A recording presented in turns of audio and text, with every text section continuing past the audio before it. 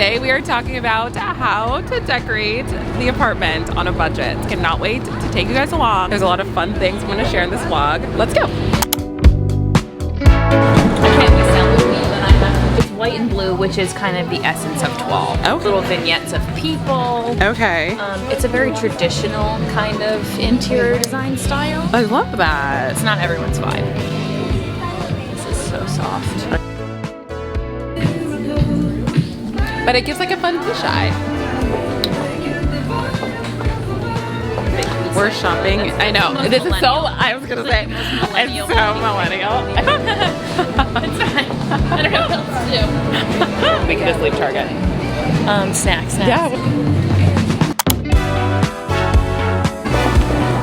This is kind of koala-esque. Oh, cute. Look at this mushroom. Show us mushroom. Cute. Do we like this? This is cute. That's good for like cute little flowers. Yes.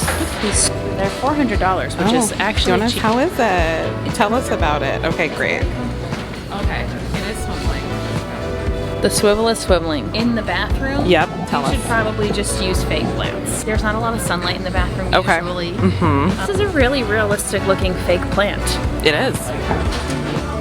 So this is burlwood. It's very expensive normally, but Okay. now because it's sort of a trend right now, people are kind of finding different ways to make it a little bit more accessible. So this burlwood frame here, which normally could be $100, wow. like this is $13. Amazing. Right? Like I think we can get you some of these baskets.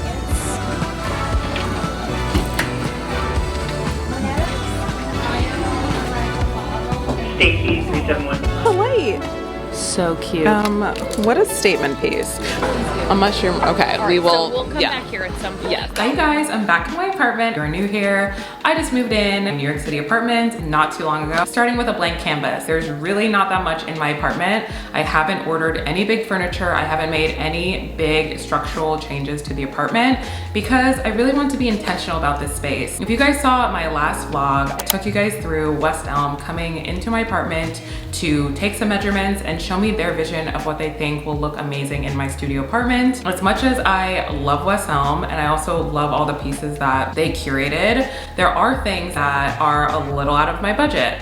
Let's just be honest. Home decor and furniture is very expensive for the most part. As we know, there are so many ways that you can source your materials, source your products to make sure that you're not only getting an amazing home, but you're getting it within your budget. That is what will make it feel super homey to you.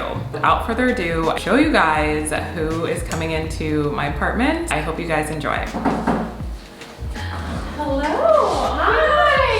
How are you? Thank you for having me. Oh my God, thank you for coming. Oh my God, what do you think of the space? I love it. It's very light, very airy. A blank canvas here to really play with. So excited to hear about your ideas. Yeah. Let's just walk through the space. Great. Take all of the other measurements of like, okay, how big is this wall? What large furniture pieces you need. You need a sofa, obviously. Yeah. Probably need a coffee table as well. Kind of fits in like almost an alcove situation. This is a really workable space. There's multiple ways that you can set up a studio. Here we have obviously like kind of a sleeping alcove, which I think you've made this into, which is really nice. Yeah. So we have like a designated sleeping space. When you do have an open layout, having a designated sleeping space really makes you feel like you have kind of different zones. Zoning is very important in an apartment, especially when you have only one big space. Different zones is gonna make you feel like you have a larger space. Love that. I think the most important thing when you're getting started, when you do have like a blank canvas, focus on buying the big pieces first. Not only because they're more money, those are really the opportunities that you have to fill with accessories. Love it. This is kind of our living area.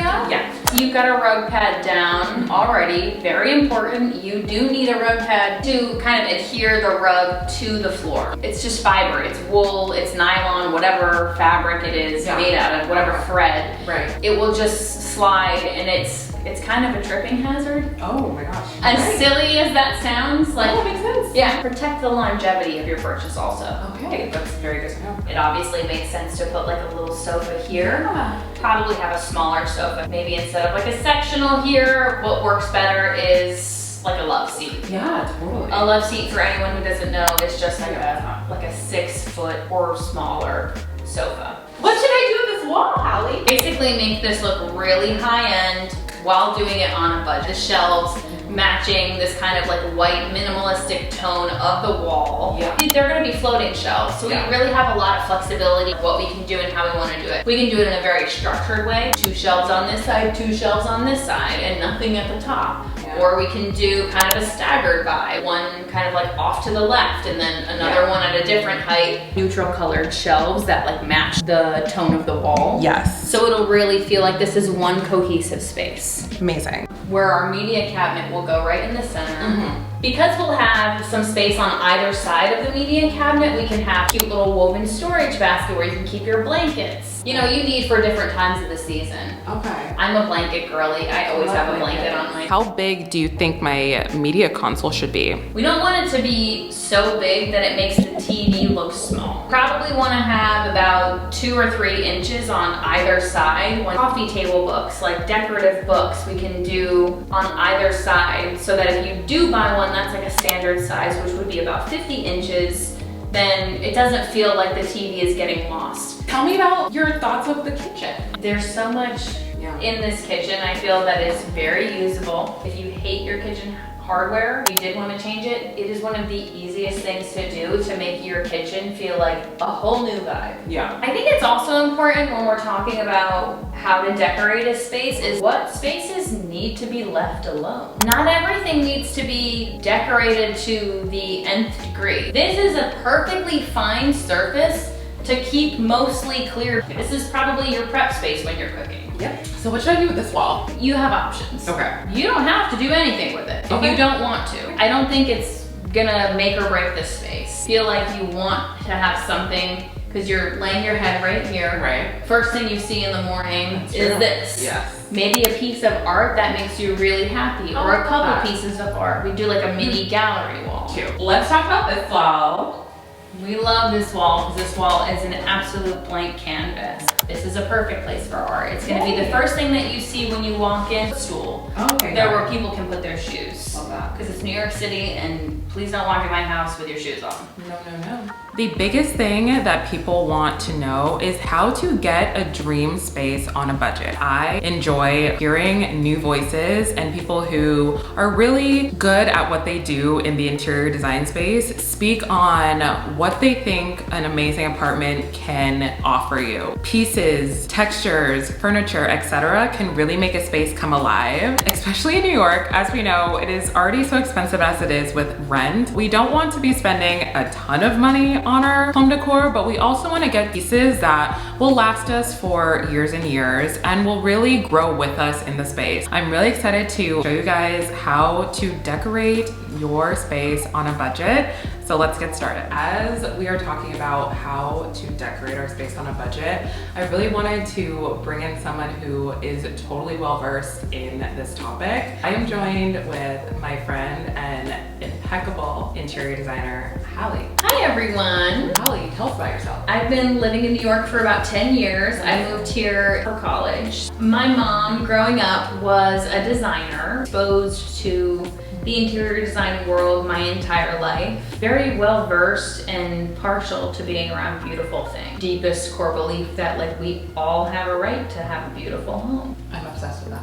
So how did you get into interior design? I have done a lot of different jobs. Kind of had this idea recently that maybe what's best for me is something that's a little bit outside the mold. I've worked in interior design for 5 years professionally. I found this little hole in the industry. Most people in the industry, they want to gatekeep. I'm really good at finding low budget finds that are still very aesthetic and cute. Making sure that people just have access to really nice things as well. Tell me what inspires your style. Pattern on pattern and color on color. There is a way to do colors and pattern on pattern. Make it all cohesive and make it make sense. It's not really about what I like. It's about what you like. I can find you exactly what you're looking for. Something that you might pass over in the moment. Totally. Tell us about how you pair prints, textures, and tones. That's the essence of design. It really starts with what your aesthetic goal is. For this space, we want minimalism, and minimalism typically means neutrals. That can inform what textures and what patterns we choose to go to. But you don't want it to be chaotic mess of like things that you like but don't really marry well together. What are your favorite stores for home decor? We'll go as lowbrow as Facebook Marketplace, as highbrow as CB2. For this clientele, people in our age bracket, CB2 is tailored style. They have a white glove delivery service, so that means you're paying somebody when you buy the furniture to also come and deliver it. Love going to any like vintage or antique stores. You have to kind of dig a little bit, overwhelmed in a place like that, but that's where I come in. How can people design their dream space on a budget? Anyone can go to a CB2 or an Anthropology or an Urban Outfitters and pick out something that they love and that resonates with them. When it comes to design, we really have to look at things as a whole. What we want to do is be anchored in the big pieces of furniture, make sure that they resonate with us, they're a good investment, not something that's gonna fall apart in a year, 2 years. I guess if you're going apartment to apartment, it doesn't matter that much, but it's nice to be able to take things from place to place. If you're spending $1,000 on a bed, whatever, that's like something that's a larger piece of furniture, so it's gonna cost some money. You just wanna make sure that it's a good investment. Tell us about your services and what you offer. I have about 6 packages that I'm offering. For measuring, I can source for you, I can source with you, combine a few packages together. Amazing. So Hallie, do you have any final thoughts that you want to share? Really making sure that your place feels homey. Hallie is so well versed in this space and I'm so happy I had her come in, honestly educate me on how I can make this space feel and look like a true home. All of her contact information is below. Amazing to work with. I think that you guys will really benefit. Thank you so much, Hallie, for coming. And thank you guys for watching this video. Please leave a comment and let me know what you thought of Hallie, what you thought of the video as a whole. I love hearing your guys' feedback. Make sure to thumbs up this video as well. Subscribe if you're new here, and I cannot wait to see you in my next one. Bye, you guys. We did it!